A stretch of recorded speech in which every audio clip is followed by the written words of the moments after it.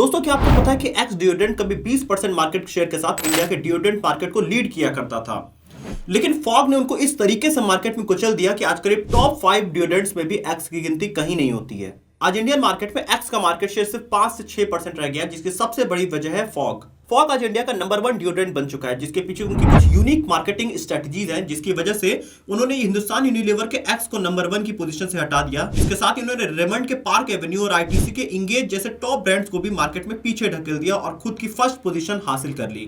तो फॉग की ऐसी क्या मार्केटिंग स्ट्रेटजी थी जिस वजह से वो मार्केट में नंबर 1 प्लेयर बन गए, और उन स्ट्रेटजीज को क्या आप अपने बिजनेस में भी कैसे यूज कर सकते हैं जिससे आप भी अपने ब्रांड को टॉप पे लेके जा सकते हैं। तो दोस्तों इस वीडियो को शुरू करते हैं और डिटेल में इनकी बिजनेस स्ट्रेटजी समझते हैं। और जनाब क्या चल रहा है? जनाब हिंदुस्तान में तो फॉग चल रहा है। सोचिए मत, क्योंकि बिना गैस वाला फॉग ही है इंडिया का नंबर 1 परफ्यूम बॉडी स्प्रे। तो दोस्तों अगर हमें फॉग के बिजनेस के बारे में समझना है तो हमें सबसे पहले यह जानना होगा कि फॉग की जो पेरेंट कंपनी है वो है विनी कॉस्मेटिक प्राइवेट लिमिटेड, जिसे कि साल 2009 में दर्शन पटेल जी ने शुरुआत किया था। लेकिन दोस्तों ये दर्शन पटेल जी कोई नॉर्मल इंसान नहीं थे। इन्होंने विनी कॉस्मेटिक बनाने से पहले पारस फार्मास्यूटिकल के थ्रू कई बड़े ब्रांड मार्केट में लॉन्च किया है, जिसको हम सब जानते हैं, जैसे कि move, crack, etch guard, ring guard या फिर डर्मीकूल जैसे कई ब्रांड्स इनके काफी नोन है इंडियन मार्केट्स में। तो इनको पहले से ही इस बात का अंदाजा था कि मार्केट में कोई ब्रांड हिट कैसे बनाया जाता है, लेकिन फैमिली का कुछ डिस्प्यूट की वजह से 2006 में इन्होंने पारस फार्मास्यूटिकल से खुद को किनारा कर लिया और अपने करीब 30% स्टेक को $43 मिलियन में बेच दिया, जो कि उस समय के हिसाब से करीब 200 करोड़ के आसपास बनते थे। और दोस्तों खास बात इसमें यह है कि दर्शन पटेल जी के अलग होते ही पारस फार्मास्यूटिकल पूरी तरीके से टूट के बिखर चुकी है। आज पारस फार्मास्यूटिकल का कुछ हिस्सा रॉकेट बेंसन ने खरीद लिया और कुछ हिस्सा मैरिको ने आज खरीद लिया है, जिसमें रॉकेट बेकिंसन के हिस्से में क्रैक, मूव और डीकोल टोटल जैसे प्रोडक्ट्स आ गए और मैरिको के हिस्से में सेट वेट और लिवॉन जैसे प्रोडक्ट्स चले गए। तो वापस दर्शन पटेल जी की जर्नी पे आते हैं। 2006 में जब उनको 200 करोड़ रुपए मिले तो उसके बाद उन्होंने इंडिया के कॉस्मेटिक मार्केट को देखना शुरू किया। अब दोस्तों आप ये सोच रहे होंगे कि फार्मास्यूटिकल का बिजनेस छोड़कर दर्शन पटेल जी ने कॉस्मेटिक का बिजनेस क्यों चुना, क्योंकि दोस्तों उन्होंने मार्केट में डीप रिसर्च किया और उनको दिखाई दिया कि आने वाला जो फ्यूचर होने वाला है वो कॉस्मेटिक इंडस्ट्री का काफी बड़ा हो जाएगा। और इस तरह से फाइनली 2 साल की रिसर्च के बाद दर्शन पटेल जी ने विनी कॉस्मेटिक प्राइवेट लिमिटेड की शुरुआत किया साल 2009 में। लेकिन अभी भी प्रोडक्ट फाइनल नहीं था कि कौन सा प्रोडक्ट मार्केट में लॉन्च किया जाए जो कि एक वैल्यूएबल प्रोडक्ट मार्केट में बन सकता है। इसके लिए उन्होंने 2 साल और रिसर्च किया और उन्हें दिखाई दिया कि इंडिया में एक डिओड्रेंट का मार्केट ऐसा है जो कि फ्यूचर में एक बड़े लेवल पे ले जाया जा सकता है। हालांकि उस समय पहले ही से इंडिया में डिओड्रेंट मार्केट में रेमंड, यूनिलीवर जैसे बड़े ब्रांड्स अपने एक्स और एवेन्यू और इंगेज जैसे कई डिओड्रेंट्स के साथ मार्केट में थे। लेकिन दर्शन पटेल जी को भी बिजनेस का काफी एक्सपीरियंस था, इसलिए उन्होंने सबसे पहले डिओड्रेंट द जेनेसिस 18 को लॉन्च किया, जो कि मार्केट में बुरी तरह फेल हो गया। लेकिन यहां से भी इन्होंने इंडिया के डिओड्रेंट मार्केट को काफी बारीकी से समझ लिया था अभी तक। और दर्शन पटेल जी एक प्रोडक्ट के फेल होने के बाद घर में चुपचाप नहीं बैठ गए, उन्होंने मार्केट में रिसर्च करना शुरू किया और उन्होंने वो प्रॉब्लम खोजनी शुरू की कि इनका ब्रांड क्यों फेल हुआ। अब यहाँ पे उनको कुछ चीजें समझ में आई कि उनके प्रोडक्ट में खुशबू तो काफी अच्छी थी, लेकिन सिर्फ बात खुशबू की हो तो उसके लिए मार्केट में सबसे पहले नंबर 1 पर एक्स बैठा हुआ था। यानी उनके प्रोडक्ट में कुछ यूनिक नहीं था जो कि एक्स और इंगेज जैसे बड़े ब्रांड के सामने टक्कर ले सके। अब दर्शन पटेल जी को यह बात समझ में आ गई थी कि अगर हमें मार्केट में नंबर 1 बनना होगा तो हमें मार्केट में सबसे यूनिक बन के अपने आप को दिखाना पड़ेगा। अब दर्शन जी को मार्केट के रिसर्च में समझ में आया कि जो भी डिओड्रेंट्स लोग यूज किया करते हैं उसके अंदर गैस भरा रहता है, तो जनरली लोग 2 से 3 पंप अपने बॉडी पे डिओड्रेंट का लगाया करते हैं, जिस वजह से डिओड्रेंट 1 महीने भी घरों में नहीं चला करता है और यहीं पे लोगों को डिओड्रेंट काफी महंगा पड़ जाता है। इसलिए अब दर्शन पटेल जी को समझ में आ गया था कि मुझे एक वैल्यूएबल प्रोडक्ट बनाना होगा जो कि लोगों के लिए लॉन्ग टर्म चल सके। और इसके लिए अब दर्शन पटेल जी ने सबसे पहले लोगों की प्रॉब्लम को खत्म करने का फैसला लिया, जिसके बाद उन्होंने दिसंबर 2011 में फॉग को लॉन्च किया, जो कि गैस नहीं बिल्कुल लिक्विड फॉर्म में हुआ करता था। और जैसा कि हमने अपने कई वीडियोस में बात किया कि अगर आपका प्रोडक्ट लोगों की प्रॉब्लम को सॉल्व करता है तो मार्केट में जरूर खरीदा जाएगा, और यही फॉग के साथ हुआ, क्योंकि ये गैस फॉर्म में नहीं, ये लिक्विड फॉर्म में मार्केट में लेके आ रहे थे।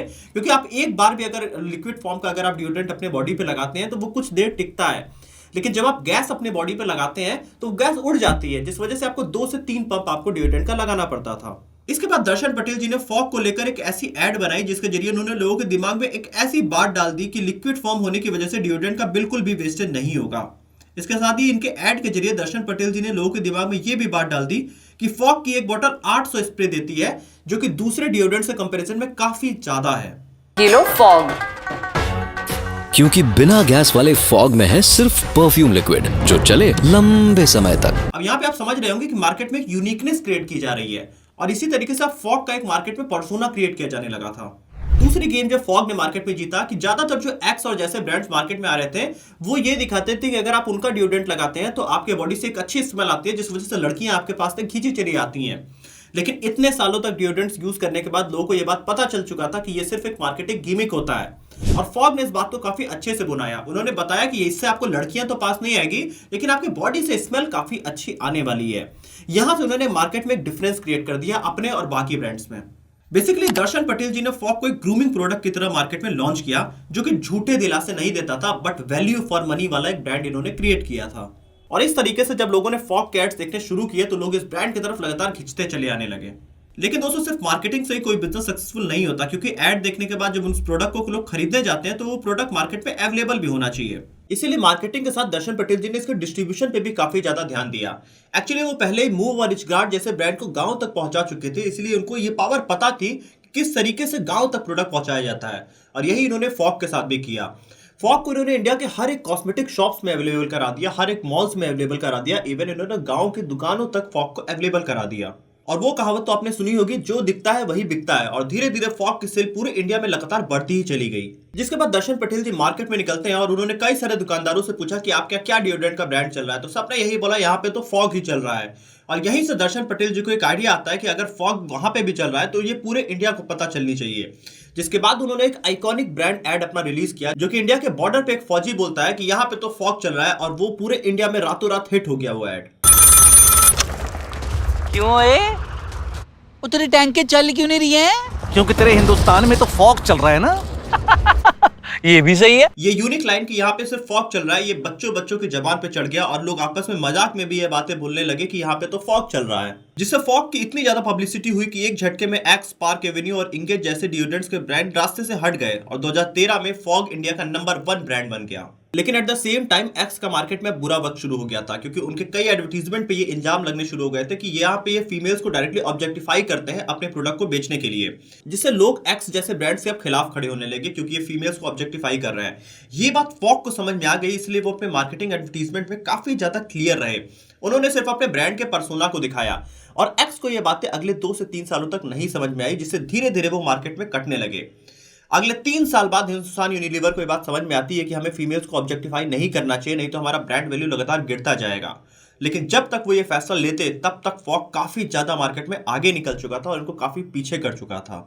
तो दोस्तों अगर हम फाइनली समझने की कोशिश करें किन बेसिक स्ट्रेटजीज की वजह से ओवरऑल फॉग इंडियन मार्केट में इतना ज्यादा छा गया, तो वो करीब 6 ऐसे फैक्टर्स थे। फॉग की सबसे पहले स्ट्रेटजी थी कि उनका प्रोडक्ट डिफरेंशिएशन। जब फॉग मार्केट में आया तो कई सारे इंडिया में ब्रांड्स चल रहे थे, लेकिन इन्होंने अपने आप को एक प्रीमियम ब्रांड की तरह लोगों के सामने पब्लिश किया। इसके साथ इनका सबसे बड़ा डिफरेंशिएटिंग फैक्टर था कि जितने भी बाकी डिओड्रेंट्स मार्केट में आ रहे थे वो गैस फॉर्म में थे, लेकिन इनका प्रोडक्ट लिक्विड फॉर्म में था, जो कि एक बड़ा डिफरेंशिएशन था। दूसरी बड़ी स्ट्रेटजी थी कि इनोवेटिव प्रोडक्ट मार्केटिंग इनकी।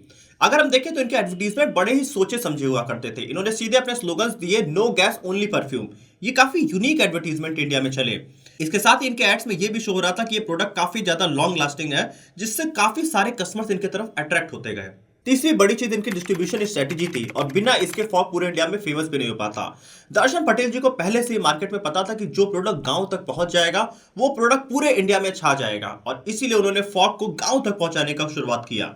और यहाँ पे इनकी डिस्ट्रीब्यूशन स्ट्रेटजी क्लियरली बताती है कि ये ब्रांड को शुरुआत से ही पूरे इंडिया का ब्रांड बनाना चाहते थे, और इसीलिए उन्होंने यही प्राइस स्ट्रेटजी पे लगातार खेलना शुरू किया। और इसी के साथ हमारा प्राइसिंग फैक्टर भी आता है। यहाँ पे इन्होंने प्राइसिंग के साथ भी काफी अच्छे से खेला। इन्होंने अपने आप को एक प्रीमियम ब्रांड की तरह तो लिस्ट किया, लेकिन इसके साथ ही इन्होंने काफी अफोर्डेबल भी अपना ब्रांड रखा। इन्होंने काफी सस्ते में अपना ब्रांड इस तरीके से लोगों के सामने पिच किया कि लोगों को लगे कि ये प्रीमियम भी है, लेकिन वो लॉन्ग लास्टिंग भी रहे। तो एक मिडिल क्लास की ऑडियंस जो इंडिया की टारगेट होनी चाहिए, वो लगातार इस ब्रांड से टारगेट होती रही। पांचवा बड़ा रीजन है कंज्यूमर प्रेफरेंस। जब ये अपना ब्रांड लॉन्च कर रहे थे उसके पहले इन्होंने मार्केट में डीप रिसर्च कर लिया था कि मार्केट में क्या चलता है और फ्यूचर की क्या जरूरत है, और उसी अकॉर्डिंग उन्होंने अपना प्रोडक्ट जैसे ही मार्केट में लॉन्च किया वो लोगों ने हाथों हाथ लिया, क्योंकि गैस वाली जितने भी डिओड्रेंट्स होते थे वो काफी ज्यादा वेस्ट हो जाया करते थे, और इनको इंडियंस की ये ज्यादा पेन पॉइंट पता थी कि इंडियंस काफी कम पैसे में काफी अच्छा प्रोडक्ट अपने बॉडी पे यूज करना चाहते हैं, जो कि फॉग एक प्रोडक्ट के रूप में मार्केट में आ चुका था, जिसका उन्हें तुरंत रिजल्ट भी मिला। और छठा और सबसे इंपॉर्टेंट रीजन था word of mouth marketing. Actually जब फॉग लॉन्च हुआ तो वो भी एक नॉर्मल ब्रांड जैसा ही था, लेकिन इनके यूनिक एडवर्टीजमेंट ने इनको पूरे मार्केट में फैला दिया। एक्चुअली जब आपके कस्टमर आपके प्रोडक्ट की एडवर्टीजमेंट करना शुरू कर देते हैं तो आपको ज्यादा एडवर्टीजमेंट की जरूरत नहीं पड़ती है, और यही फॉग के साथ हुआ। इनका प्रोडक्ट मार्केट में इतना बेहतरीन फिट हो रहा था कि कस्टमर से बोलने लगे या तो मैं तो फॉग ही यूज किया करता हूं। इसके साथ ही जब इनके एड्स लॉन्च हुए, यहां पे तो फॉग ही चल रहा है, तो पूरे इंडिया में सब लोग फॉग ही खरीदने लगे। एक तरह से क्रेज हो चुका था फॉग का, जिस वजह से ये ब्रांड लगातार लोगों के दिलों की सबसे बड़ी पहचान बनता गया। तो दोस्तों आप कमेंट ऑप्शन में लिख के बताइए कि आप कौन सा डिओड्रेंट यूज किया करते हैं। ये फॉग की स्ट्रेटजीज आप अपने बिजनेस में भी इंप्लीमेंट करके काफी तेजी से अपना ब्रांड भी पॉपुलर कर सकते हैं।